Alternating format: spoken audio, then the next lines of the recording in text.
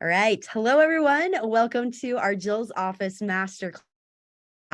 We're super excited for what we're going to talk about today. We have the amazing Ryan Kettering with us from Prolific Brand Prints.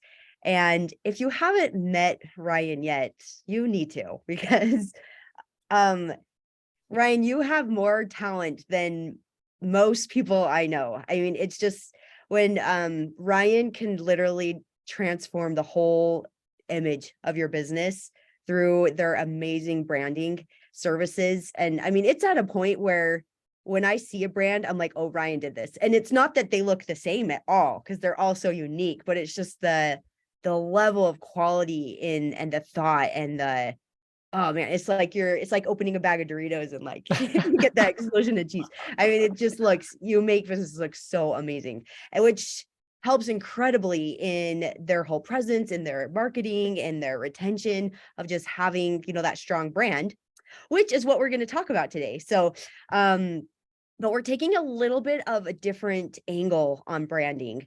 There's obviously so many aspects to branding, but one thing that isn't talked about a lot is how the way your employees speak to your customers affects your brand, and how important it is to help your employees understand the brand of your business and understand almost the persona they need to put on when talking to customers so that they can be consistent with your branding. And obviously we're all about communication here at Jill's office. So I'm really excited for this conversation. Thank you for joining us today. Yeah, thanks for having me. So I have to ask, have you ever used that bag of Doritos analogy before? That was like, No, how do you it come up just with came that? Like, out. it's like a bag of Oh Doritos, my, this cheese filling the air. Yeah. it's from, oh my gosh, there's this movie my kids watched years ago. I'm trying to remember the name of it. It's a dumb cartoon, but I remember all of a sudden this scene came out where the little character opens up this bag of Doritos and it's like his whole face gets like orange. And that's, I mean, literally, I feel like that's how it is. Your work is just phenomenal. So yeah. So yeah, no, it's I appreciate all the great stuff you said about us. Yeah, I mean, I think we put out some really great things and help people do great things. I think mostly it's just because I'm extremely critical and I'm an extreme like perfectionist. So I don't do all of the work we do, but I have it has to be done. Everything has to be done right. And it's one of those things where I probably shouldn't get out on tangent since we only have 30 minutes, but the idea of what does everybody say nowadays? Done is better than perfect. Yeah, I hate that. That's something that someone says that wants to lower their standards. We don't lower our standards. So done is not better than perfect. Perfect is done. And that's what we do. So but yeah, and you guys do some amazing things on the phone, which we're going to talk about. And I think, yeah, I love that we're kind of bringing this a little bit wider, because really every impression that you have from your company outwardly to your staff, your customers, they're all representations of who you are, and that's what your brand is. It's simply what people think of you. And of course, the visuals that we create for people help people to understand. Just like we get dressed in the morning and we have kind of a style that we dress ourselves in, but we also have a voice that we use as people. And your brand and your company is sort of like its own little being, its own little baby that you grow up, and that thing has its own visual style. It has its own voice, and it's really easy, like we talked about before this, it's really easy to keep that in check when it's one person, a one-man show. Some people start out as, many of us did, I did years ago in the service space. But then as you grow, how do we keep that style, that voice, all these sorts of things in line where it's cohesive? And that's where, there's some really simple systems, which we're going to talk about some of the voice ones with you guys, and kind of how it fits into the whole. And yeah, it's pretty, it's simple. I wouldn't say it's easy, but I think that hopefully we'll give some clarity on how people can use this today. So Awesome. Well, let's dig in. I'm excited. So I guess first, if I know brand defining what the brand is. I mean, you jumped into that a little bit already, but we could spend the whole, half hour just talking about that. But just in a nutshell, if you're trying to explain to a company the importance of having a brand and what that really means, how would you explain that? Yeah, so the brand is really, we talked about, we won't go into it, but we talked about this a little bit before, that your brand foundation is made up of, I call it a fractal brand. You can either have a blah, uh, indistinct, incohesive brand, or you can have what I call a fractal brand, which is self-similar, and it starts from one point and branches out from there in a self-similar fashion, like a snowflake or a tree branch or whatever. And the legs of that stool of your brand foundation are your brand belief, your core belief, and underneath that, your values. Most people don't know how to come up with values. They read what IBM's value is and just stole it, or Google's. Your values simply explain how to be a person who lives by X belief, your core belief. So that singular core belief is the most important thing. You have your personality, which is the voice and the style in which you express those beliefs and values into the world. And then you have your key aptitudes, which is the things you're good at and different at, that also are in many ways not only an expression but evidence to who you are as a company and as people. And as I talk about that, that's might not sound anything like a logo, and it's not, right? So then logos and vehicle wraps and these sorts of things that we create, the visuals, the websites that people build, and this sort of thing, these simply are ways to continue on to create evidence and to create context, and to be able to collect information to put out then in the market, to interact with people in a way that helps them to get the result that they're looking for, that helps them to get to know us, to resonate with them, and that sort of thing.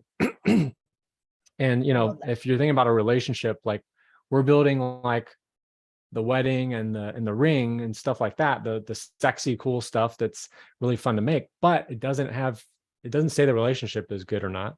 So you still have to have like a solid company underneath of that. The ring and the wedding and all these things, they just represent what we hope the relationship to be and want it to show like in the market. But down below that, you have talking on the phone with people. You have what do you guys do when they show up to a job site? How do they resonate with the client and create connection with the client when they're on the phone with them or in person with them? What happens after the job?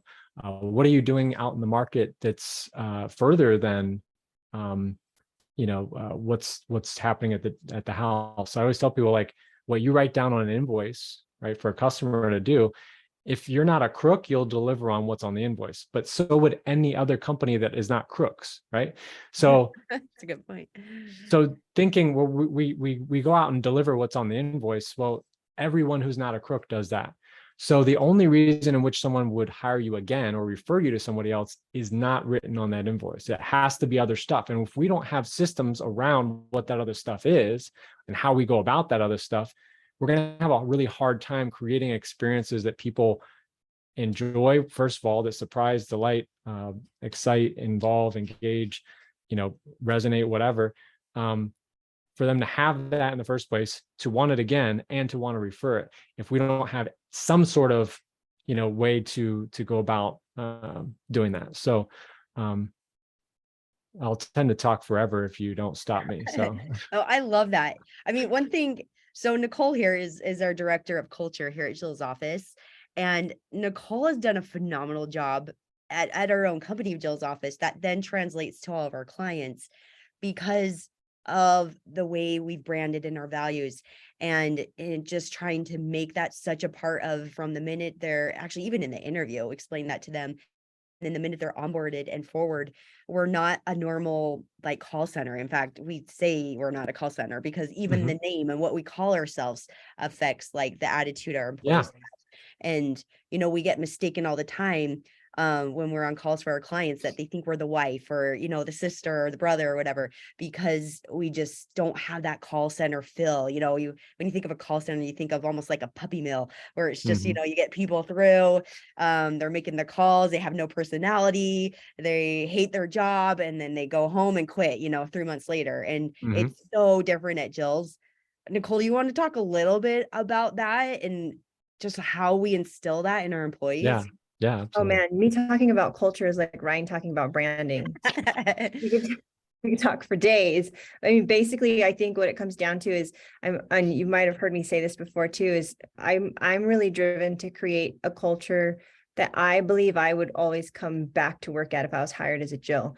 Um, I think all of us have had jobs before where we've all like hated our jobs or didn't, we didn't feel valued. And so I've always just in my mind, when I do hire, I actually just tell people too, I never want this job to be a place that you take home with you in a negative way. Because at the end of the day, like you want to go home to your family, and I want Jill's office to be a benefit to your life. So when you go home, you bring that home to your family, not like a heavy burden. And so all of the different things that we do here just kind of lead up to that, because you can increase pay, you can have all these really cool benefits, but I think deep down people want to feel like they belong, they want to feel valued, they want more responsibility. And I mean, the people that work here need to want more responsibility because our main core value is growth. Mhm. And people that don't have that value will either not get hired, or if they do get past us a little bit, they kind of weed themselves out as they figure out that they don't really care to grow. Mhm. And I think building that into our culture and what we do every day, it's just something we're always doing with our teams. So if you don't have a growth mindset, you will just kind of cancel yourself out by yourself. I don't even have to do it for you. Mhm. So, but luckily we have tons of people here that they really want to grow, personally and professionally. So it's a great place. Absolutely. Yeah. Yeah. I know you guys do like a lot of different things that like, because we've talked, I've gotten to know a little bit about what you guys have, do internally with some of the programs that you have, I think spearheaded, Nicole, like, I don't know, you have to like, I know like people are wearing like these orange shoes around, and Yeah. like you guys do like different events, and like, so you do a lot of different things that really help to like engage and things like that. Yeah. I think it's really cool how and it wasn't just me that came up with it. I think it like collectively as just a leadership group, we were just like, oh, this is cool. Let's try this. And it kind of turned like just, I guess, got a life of its own. Mhm. And it's cool because like what you mentioned with the orange shoes, and we have Jill swag every quarter where people can bring in items of clothing, and then Jill's office pays to get them embroidered. So you have your own Mhm. personal items, get embroidered, and you could be creative because we've got leggings and joggers, and I tried to do socks and shoes. They don't all Mhm. work, but the employees themselves are pushing to get things that are branded, and they post about it on social media. And so it becomes this big thing. Everybody wants the orange shoes. Like it's just Mhm. so fun. And so that's been one of my funnest things. And as we get more employees and we learn more about what they like collectively, we try to do as much as we can that everybody really likes to do. But Jill swag and orange things, there's just a fun thing everybody loves, which is Mhm. funny. I don't even like the color orange. I have so many orange things now. I Not my know. favorite. But Yeah, and I think it it's goes, really oh, sorry, go ahead. it's really interesting because I wonder, do you think that what do you really think you and work on with people? Like, what do you really try to, I wonder what the result is that you're really trying to have happen? Because like, I don't really think you can build a culture, because like only a group of people can build a culture, right? One person has an idea, you can kind of tell people what you want culture to be like, but you can't Right. get them to buy into it. So I wonder, do you really look to try to create ownership and pride like in Yeah. the game for people? Is that what? Yeah, I mean, it could be tricky too if you're not really looking at the bigger picture, because culture is something a lot of people are like, well, what is it? You can't really see it. You can't really put your finger on it. Like, how do you define it, right? And Yeah. like, I like how you explained it a lot with I feel like it's a lot that has to do with building your brand, because you're building it based off of, your core values, your belief system, your brand personality. It all kind of comes to life. And I think it has a lot to do with, for one, whoever the ownership of the company, it kind of starts from there. And as you start to bring in leadership roles, finding leaders that have the same kind of core values and belief system that the original owner had, you just start to kind of build it out from there, and you start to hire people that believe in the same core values and the belief system. And so it kind of trickles down from the top for sure. And I think that your leadership group is really the key to figuring out what your brand is, what your belief system is. Because you can't have one person on your leadership team that has a totally different belief system and values. They just won't match with what your main goal is as a company. And so I think after that, that's where hiring comes into play. You're recruiting and you're talking and interviewing people that are already aligned with your core values and everything like that. But even your job posting has to mention those core values, as everything has to just like spew all of that stuff, right? And so it's not like everybody is helping to build the culture, but they're hired on with the understanding of this is what our culture is. And it has to be something that they love and they want to be a part of. Because if they don't like it, obviously we don't want them to be in a place they don't love. And it's not that they're bad. It's just they have different views and different beliefs, but giving them ownership over things, for sure, it can be a challenge sometimes to get employees to understand that they have ownership over their own work and their own outcomes. And so I do love to talk to employees when I get the chance. The bigger we get, I don't have as much opportunity, but to ask them questions about what they feel is their, like we say, our Jill superpower. What are you the best at on phones? Like when you take a call, what do you kill it at? Is it your tone of voice, or are you so good at engaging people, or are you like a rock star when someone's really upset on the phones? And so everybody kind of has ownership over what their superpower is. Yeah, like I said, I could go on for days. You got to stop. Well, let's talk a little bit about conversations. I mean, what does that mean, that the way your employees talk to customers influences your brand? Yeah, Ryan, what do you see? Well, I want to, so before we kind of get a little bit more into this, which I feel like we just like introduce ourselves and we're almost like already like so much time in, but that's how it goes, right? But I want like Nicole was just talking about, like, you create the system in which people are able to then prosper and grow. And of course, the wrong person is never going to do that. But it's the brand is a system. And like we were talking about, like what you guys provide for people with your service, for most companies, let's be real, they've never considered this system. And hopefully maybe some people that will see this video have already considered understanding their brand more and the client experience and stuff, or maybe they will now. But for most companies in the home service space, we all know, like, the average company doesn't even answer their phone, right? So then this above average company, actually answers the phone, but maybe they're mumbling, grumbling, or whatever. And then, there's different levels, right? But you guys provide something to a client that is so much more than answering the phone. It's a systematic way to communicate with the client in a way that's consistent, that is thought out, that's developed, that's been tested. It annoys me so much when I see, like, some of these people online will post pictures, and it's not so much there's different industries, and different industries are more advanced than others, unfortunately, but certain people I've seen, like, post screenshots of, like, basically, like, for lack of a better term, they're like telling customers to F off. And it's like, why are you proud of this? Why are you, like, I don't understand, like, it doesn't make any sense.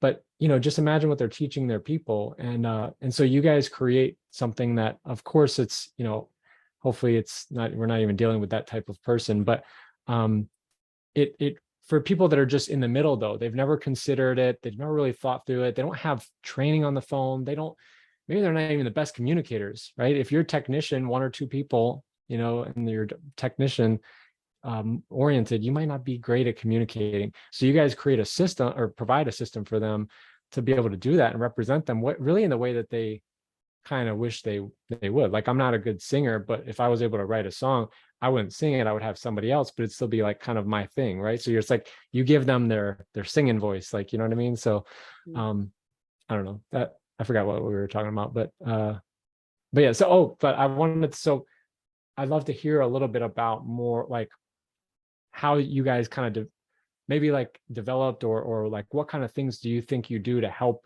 kind of give that, like what are the meat of that system that you guys really help people deliver? I think that at its core, it's lots of training in emotional intelligence, which Mm. most companies don't think about, and they don't really even screen for when interviewing applicants. But because no matter what your brand is, at the end of the day, you want in some way to genuinely connect on a level with your customers where they feel understood, they feel heard, they feel seen, because that's when they're going to pull out their wallets. And so from day one of training, I mean, before Jill even gets on the phone, she has to go through a 2-week boot camp in learning tone of voice. How do you even there is a phone voice that you use that might be different from your regular voice. And the positive phrasing instead of negative phrasing, how to change just change the wording slightly to give it a more positive endorphins through the phone. Mhm. Things like that. Also, just helping the customer move along on the call, progress the relationship. Also genuinely connecting with the customer in some way, even it's just making them feel genuinely appreciated that they called in. Mhm. So all different things like that just help the customer feel like this is a company that I want to do business with because these are real people who genuinely care. And so that's something we teach from day one, Nicole. I don't know if you want to speak to it anymore. I know you help with the onboarding right when they're first started. Yeah, I mean, there's so much that goes into training, and as far as like our processes, but then also how to um engage and have that really good connection and actually help people on the phones, which is one of the reasons why we don't read scripts word for word. So it's a lot of training on just how to engage people and how to understand them. But I think one of the biggest things that helps is for our employees, is we have tons of recognition. We have a wow room that we wow all of our employees in. And when you have 100 employees taking thousands and thousands of calls, one employee will take 100 calls and feel really great about them, but there's been thousands of calls. So how do I even get recognized for the ones that I killed it at today? And so it takes a whole entire company to wow each other and listen to each other so that we can recognize all of those little conversations that our employees do that rock at it. So we have tons of that happening all day long, which is probably one of the best things that has ever happened to Jill's office is that wow room. It's going off all day long, but if I hear someone outside of my office on a phone call and they're just killing it, like they just sound so confident, they're really empathizing, they're just being very professional, I can tell even though I can't hear the other person, and I'll send in the wow room. I'll just wow that one person for that phone call, and the entire company will get tagged for it because we'll tag everybody. And I think that plays a huge part in them feeling like it makes a huge difference. Like people notice that I'm doing a good job, because that's where I think employers tend to drop the ball. Like, I'm going to train you on how to do a great job, go out and do a great job. And then that's it. Like, that's all I expect. Yeah. You have to constantly recognize it and build on it. So that's huge for us. Yeah, I like that a lot because like in reality, like no one else is going to care that they did that other than like your client, like the business Yeah. owner, the person they serve, and then if not you guys, nobody, like meaning they look around and if nobody else, like their Didn't wife, happen. Yeah. their wife or husband ain't gonna care. They're gonna be like, okay, well, can you take out the Right. trash, or like can you their friends aren't gonna care what they. So I love that you're making them, because we spend our whole life at work, like most of our lives at work, and if no one recognizes anything that we do, Yeah. What like is that we're gonna bad feel life? kind of crappy. Yeah. Yeah. It's amazing really when you think about it, but like we just I'm horrible at recognition, to be honest, um but yeah, it's definitely super important.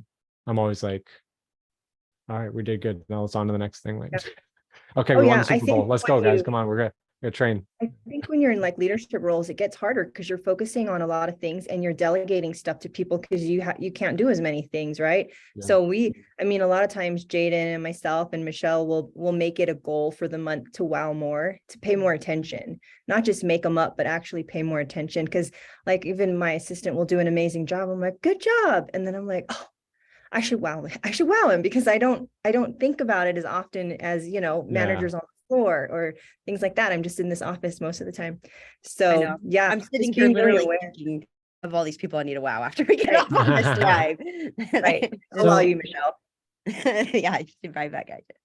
Tell me, like, so the way we talked about earlier too, like it was a really good point that you made, like I think it was Michelle was like saying like how your on the phone voice might not be your regular voice. And I think a lot of people miss this. I learned this through I used to do social media Periscope live videos on like social media that's gone now, but kind of like Facebook Live. I did them every day, twice a day for like almost 2 years, I think. And during that time, I quickly understood that how you think you're coming across on camera is different than you really are. And this is where if you've done live video like this, you start to understand a little bit more what it might be like to be like an actor. You start to appreciate the fact that they're to end up, this is where a normal person would be. They're coming across on screen exactly where they should be here, but that means they're actually acting up here to like come down to this level. It's almost like the camera adds 10 pounds type of thing. There's something lost in translation where you have to overshoot just a tiny bit to fall down to here. And it's really difficult to explain, but you'll know it if you do it and watch yourself on camera, you'll understand it. But that's what you were talking about. But that's with kind of with everything. The brand is really about creating this character, which was based off of someone that originally probably ourselves as the business owner. And then as we bring in new people into the company, maybe leadership, etc., we now need a system to say this is the character and this is how that character acts and walks and talks. But it's really interesting. So tell me, but like we talked about before, the voice in which you talk in, from all of our data on brand personalities that we've dealt with people, the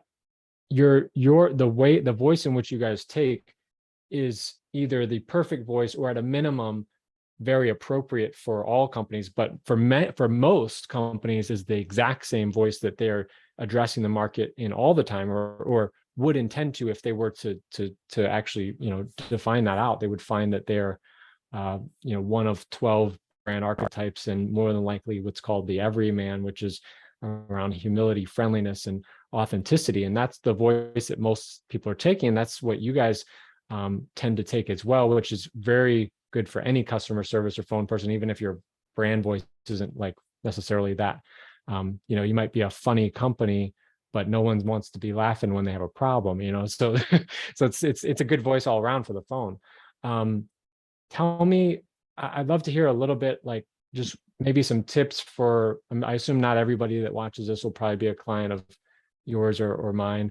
But maybe even if they are a client, it might give them a little bit more insight into, the things that you guys are doing. But what are some of like a couple of things that you guys, like what could we be doing on the phone, or some of your clients or people watch us do on the phone, that would help us to systematically like deliver in the right way?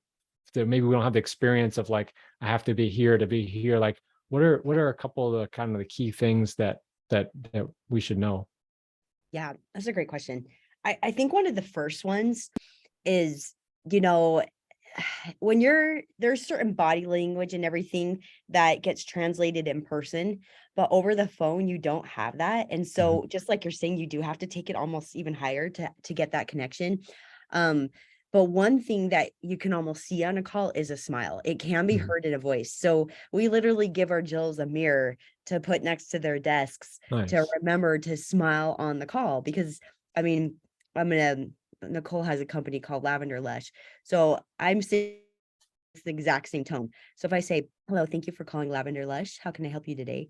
Hello, thank you for calling Lavender Lush. How can I help you today? Do you hear how my voice went up like almost 2 decibels? Yeah. Just by that smile. And so that's a simple thing that a lot of people don't even think about, but it is something that we like drill into our Jills is smile on the phone. That is heard and it sends those positive endorphins again through the phone. So that's a huge one. I think another one, and Nicole, feel free to jump in too, is a lot of people don't even think about how important the introduction is. I mean, literally, when I call myself to different services, sometimes I'll still just get like a hello, and not even saying who they are, introducing themselves as a company and who they're and what their personal name is, who they're talking to. Again, that's going to form that connection. And then we also teach them to use the name of the caller at least twice during the call, if not more, because the most beautiful sound to all of our ears is our own name, which is what Dale Carnegie said.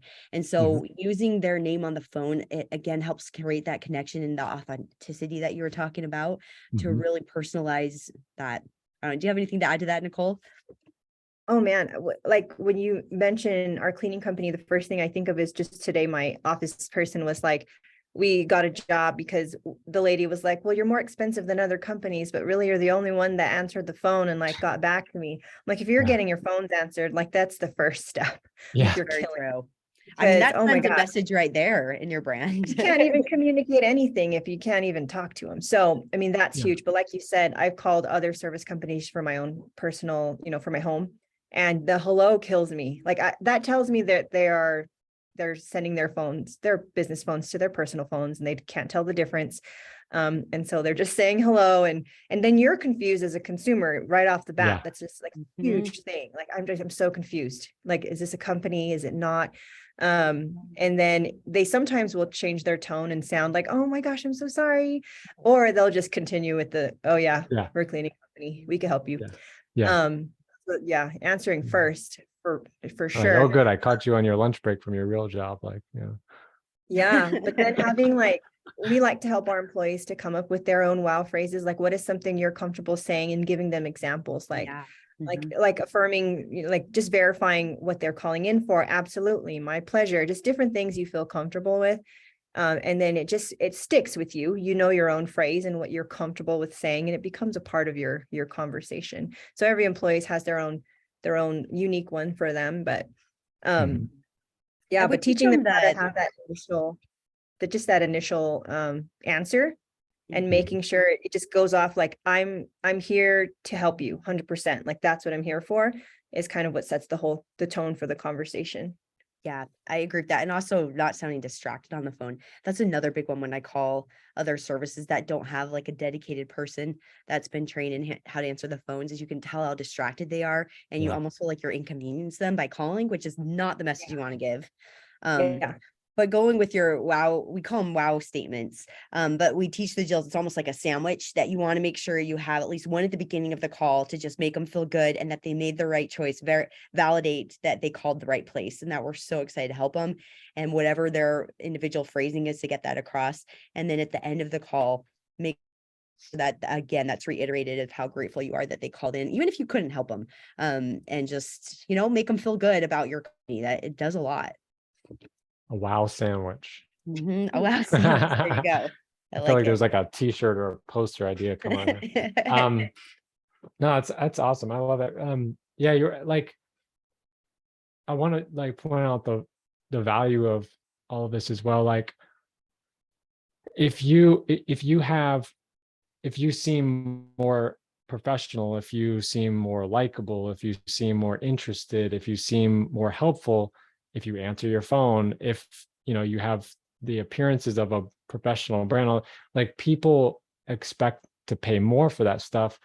If you think about like a lot of what we do, like when we create a nice brand image and visuals in the wrap, like, there's two types of, well, there's a few different, but on both ends, you have this really professional company that, like, they do everything the way that you would expect and more. And then there's this other guy that like I remember, like the last landscaper we have, like, we stopped using him because I would have to chase him to pay him. There was, you know what I mean? Like, and I didn't ever know. I was trying to keep track of his billing department in my head. And I'm like, this doesn't make any, like, you know what I mean?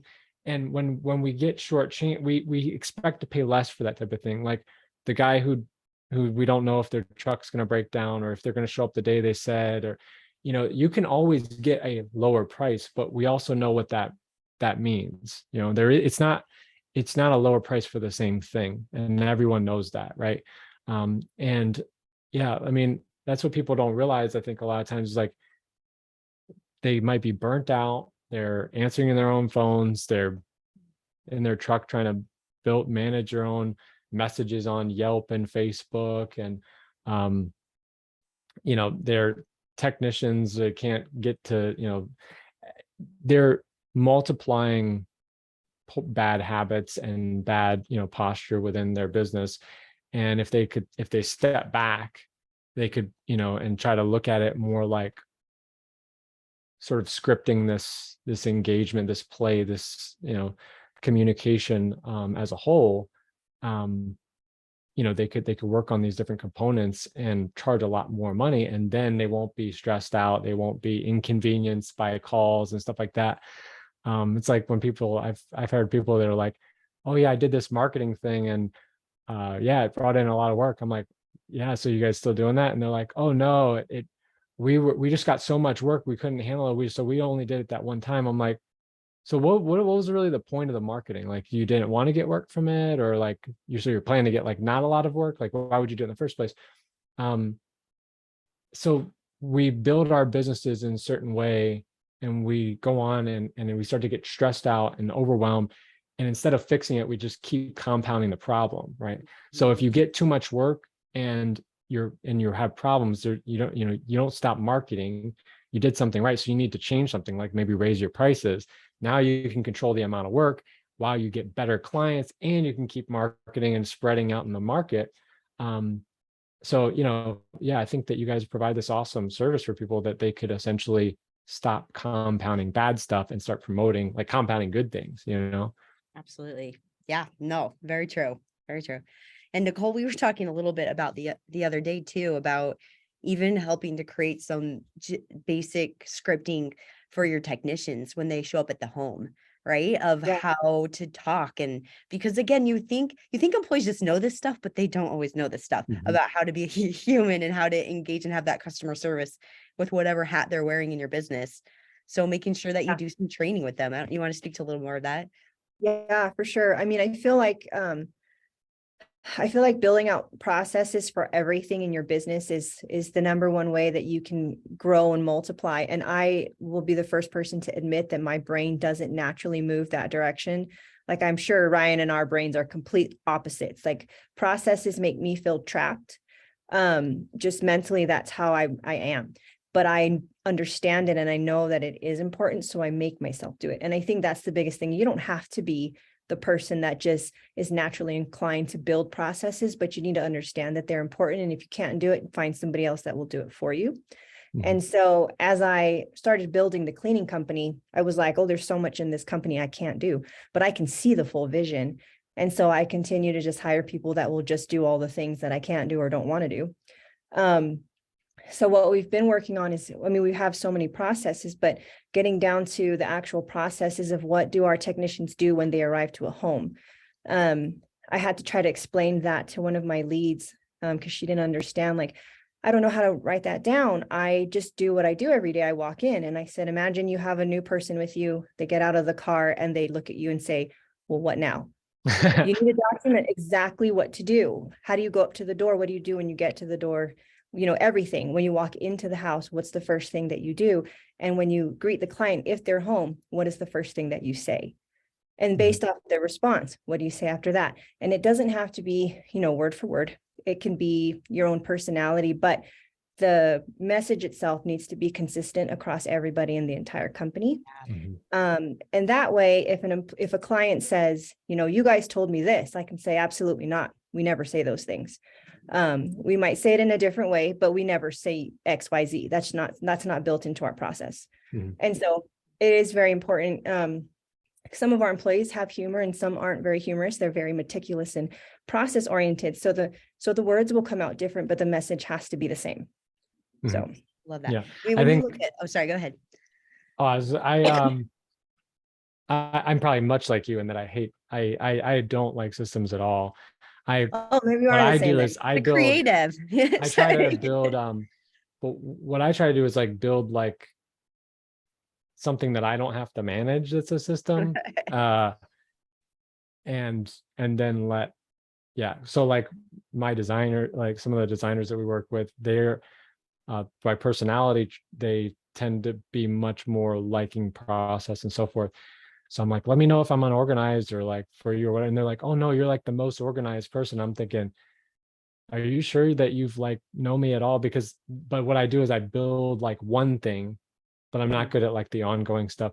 But to that, I wanted to point out that because systems can be really difficult for people, and something that you guys talked about earlier, like the mirror in front of the person for the smile, that is a system. And that I think might resonate with, because like that's my type of system. And I think honestly, that's how everybody's system should be, right? Like, so, the vans that you see, like the cones mounted on the front and the back of the vehicle. Mhm. Do you guys know what those are for? No, actually, I have no idea. Like you like, when you see them park on the road and they have a cone in front and back, and you're like, there's no one else going to park here. Why would they even put those cones out? So it's Yeah. not so that people don't hit their truck. It's so they don't hit a kid or a Oh. dog, because typically what will happen is when somebody gets out of a service call job, they get in their van, they just back up, drive away, whatever they need to do, right? What if there's a dog back there, they didn't look? So it's a big vehicle, you can't see around the whole thing. So why do they have a front cone? They can see the front of the vehicle when they get in. Well, number one, maybe they went out of the back, but I think this is how this happened. First of all, they were like, hey, check behind your vehicle so we stop running over dogs, please. And then somebody runs over another dog. And then they're like, okay, well, how can we get them to check? Well, what if they have to do something back there? What if we put a cone back there? So they do that, and then nobody puts the cone out.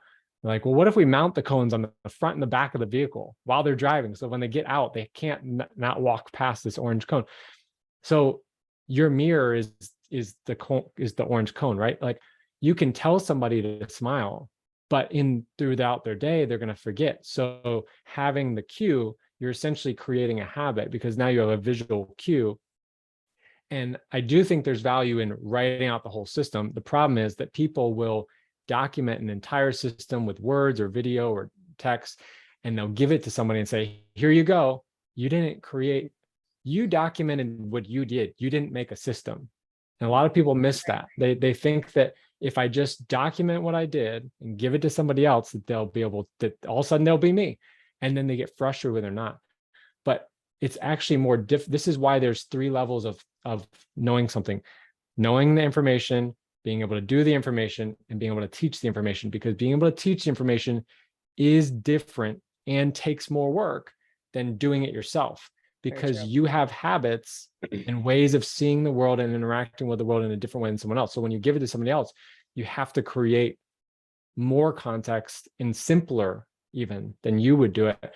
And so I love how things like, even just like when you get out of your van, like what happens, like somebody can think through that and think, what could I do to make this person, do what I want when they get up to the door? Or, I talked with a guy earlier and he said, some of their techs won't maybe don't tuck in their shirts, even. And I said, we could try to fix their habit and give them to tuck in their shirts, but maybe they never will. So maybe it's better that we find shirts that look good tucked in or not tucked in, that we'd be okay with, right? It's really hard to change people's habits. So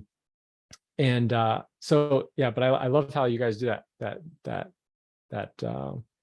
mirror thing, because that's my kind of system. Like, okay, how do we get people to smile? Just stick a mirror on the desk. Okay, system done. Like, just keep your mirror on your desk. Don't, and now all of a sudden there's a system. So I love that kind of system where it's like one and done. Like, I think one thing too, just maybe, I know our time's going long here, but have some sort of system in place to check in on how the communication is going too. So I mean, we obviously have a whole formal auditing scorecard and auditing system to make sure our Jills are practicing all the principles we teach them. But within your own company, I mean, do you record your calls and periodically Yeah. make them listen to one? I mean, I hate listening to myself on the phone, but it also is one of the best learning experiences of how I'm coming across. And even, you know, occasionally shadowing them on a job visit so you can see how they're communicating with the customer. So doing something to check in on them, that, you know, these principles you've taught them, that mirror you put out, that it's actually being used and they're being implemented to translate into your brand. I think that's huge. Yeah, I love that. And then you guys do all, like, you know, do all of this for people, which is cool. Cause like a person with 5 people in their company, or 2 or 10, they're not going through all their calls like that. You know, they don't have the bandwidth to do all that. So you guys are helping, you know, you're adding so many layers to even just like the face value, what's done. But yeah, the third party critical, you know, being able to be coached or have that critical feedback from a third party is super helpful. People know about the 10,000 hour rule, right? You've heard of that. And it takes 10,000 hours to become a professional at something. So that's part of the story, but it's not the whole story. The other part of the story is that came from a scientific study that was done on violinists, I believe, or cello players. But the other part is it wasn't just 10,000 hours worth of practice, because if you practice something the wrong way for 10,000 hours, you're going to be still bad at it. You might be worse at it. So it's not just the practice, but it was also critical feedback. And so many people are not able to be critical of themselves in the same way that some of us are. I'm very good at this, so I can see errors that I do very easily, and others. It's a great thing to be able to be critical of everyone else too, right? But it's a lot easier for someone to be critical of someone else. So I love that you guys add this layer of essentially giving them phone pros, because one or two people, they don't have that critical feedback. They're not a professional on the phone. You know what I'm saying? They're not. And you guys actually train professional phone people to, you know, be able to not just to the level of, it's not even like you said, that's why you're the office and it's like something different. Why? Because it's professional. This isn't the amateur thing where we're just basically doing what you could do. It's like we take what you do and then we add all this other, you know, training and systems and feedback and all that sort of thing. So, and that's even before you get into some of the other stuff you offer with reporting and all this other stuff. But yeah, so I love it. That's awesome. Well, this was a fun conversation. Ryan, I do want to ask though, if anyone is interested in learning more about working with you, what's the best way to get a hold of you? What's the best way to get more information? Yeah, so if you go to, we talked a little bit about the brand belief and personality and that sort of thing. So there's actually an ebook that you can get on our website. And if you just go on our website, getprolific.com, GET prolific.com, or prolificbranddesign.com. If you go there, you'll see a thing for an ebook that you can download, put your email in, it'll be emailed to you. And the very last page of that ebook, there's a video thing that walks you through how to come up with your brand belief. This is really closely related to like your personal purpose or why or whatever. So if you like read the book Simon Sinek, like Start With Why, and you were like, oh, I know my why, it's my family. Your family's actually a who, it's not a why. Your why is done for people. So anyway, so this can help you even if you're, you know, if you want to, it's very interesting, I think, even if on a personal level. So you can check that out, and then, you know, hopefully that will be helpful and help build the brand foundation and understand how to do those things. And of course, our contact info and examples and pricing and all these things are on our website for what we do as well, which is to help companies stand out. And you can have tremendous results by changing things in your brand, because your brand is one lever that changes everything, right? So choosing your brand voice makes me think, how do we want to communicate on the phone? How do we want to communicate in our marketing ads, in the house? How should we look? You know, So figuring this stuff out will change everything. And so yeah. Awesome. Okay, I'm gonna put that link for that in the comments. That's a really cool Thanks. resource. So, well, thank you everyone for joining us today. And Ryan, thanks again. That was such a pleasure to talk with you. Yeah, And good to see you guys. yeah, everyone have a Thank good one. All right, bye. Bye-bye. Okay, it should have stopped. All right, thank you so much, Ryan. Yeah. That was awesome. I really appreciate it. Yeah, that's cool. All right, we'll talk to you later. Okay, take care. Bye. Bye-bye.